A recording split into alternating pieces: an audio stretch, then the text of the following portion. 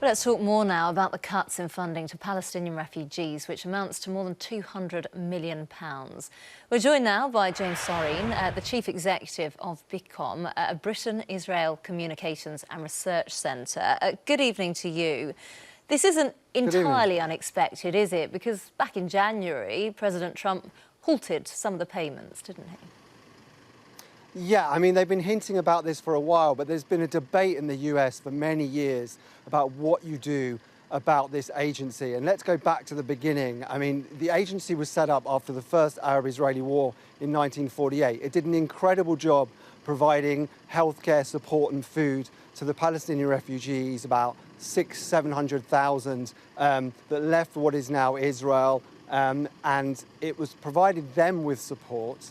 But now, 70 years later, after a lot of those refugees have been living in neighbouring Arab states, there is a question about why not more has been done to resettle them and whether it's sustainable to have the only agency in the world for one group of refugees, UNRWA, rather than any other group, and also for refugee status to be inherited kind of in perpetuity. So you have a group of refugees, probably no more than a few tens of thousands that are alive today. That's now become 5.5 million when you consider that their grandchildren and even great-grandchildren are inheriting that refugee status. So you've got to look at the budget model, you've got to look at the model of whether that's the right thing to do. And also, you've got an organisation employing something like 30 or 40,000 people in a number of countries, which is far larger than the entire staff of the UN High Commissioner for Refugees, which deals with refugees from all over the world. So there are a lot of questions. Palestinians have accused the United States of being racist. We've had guests on earlier today who felt that was the way that it was, and it was an attack on their people. Would you agree?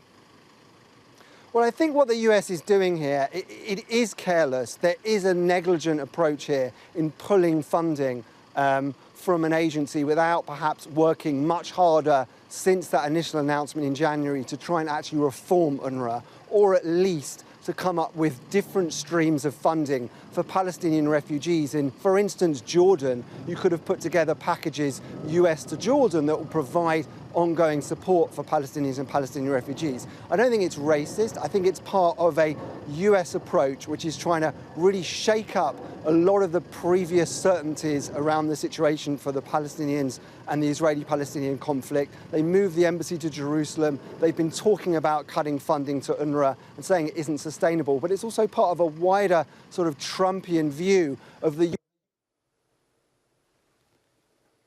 point when you look at the funding model.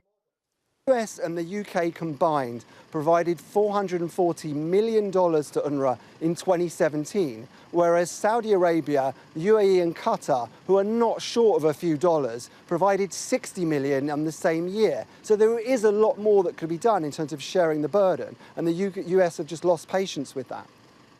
Do you think that it is a matter for other countries to increase their funding? Because, of course, the United States has always put the most money in. President Trump has tweeted in the past saying that the Palestinians haven't been grateful for that money. Well, I think if you're going to provide funding, whether it's through an aid agency or elsewhere, I think, there's always a question about to what extent do you use that in terms of a carrot and stick approach, in terms of what you want politically. We've had that debate here in the UK in terms of our own funding through DFID. It is dangerous territory, but there is some sympathy from people involved in Israeli-Palestinian negotiations that say that, if the US is going to be providing these huge amounts of funding to the Palestinian Authority and to Palestinian refugees, they perhaps can say, well, look, if we're going to return to negotiations, at least look at our proposals. And the Palestinians have basically walked away from the table since the US announcement about Jerusalem last December.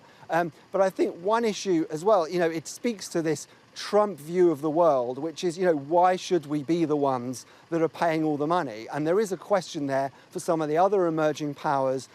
Look at some of those very, very wealthy Arab states. Look at what some other countries, like China and others could potentially do as well. There isn't a rule that says, the US has to be the one that writes the biggest check. But no doubt this will have very big implications in terms of tensions on the ground. There is an issue here about support ongoing for health and education, and also in some very unstable areas in the Middle East.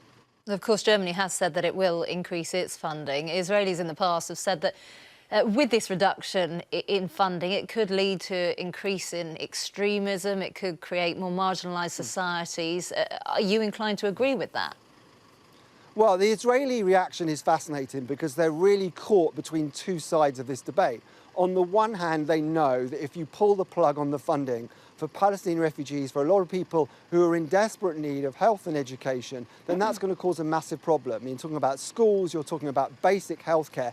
You know, Israeli security officials know that if you pull the plug on that could potentially create a dangerous situation. So you've got to have something to replace it with. But they know that long term, at the same time, it creates a very big problem. UNRWA is a deeply politicized agency that is devoted to the principle of every descendant of the original Palestinian refugees being a refugee in perpetuity. So they're creating a much bigger problem as we move forward in time. And you've seen that now where you have 5.5 million people saying we want a right to return to Israel. That's clearly nonsense. It's clearly never going to happen. So it does obstruct and cause much more problems if you want to actually negotiate a solution. So Israel's caught between that. They're caught between sort of the actual political argument and the politicization of UNRWA and what it's doing perhaps for radicalization. And on the other side, they know that who else is going to basically end up providing health and education, and Israel will also be involved in filling some of those gaps alongside the EU and others. OK, James, we'll have to leave it there. Thank you for coming on this evening. Appreciate your thoughts. Thank you.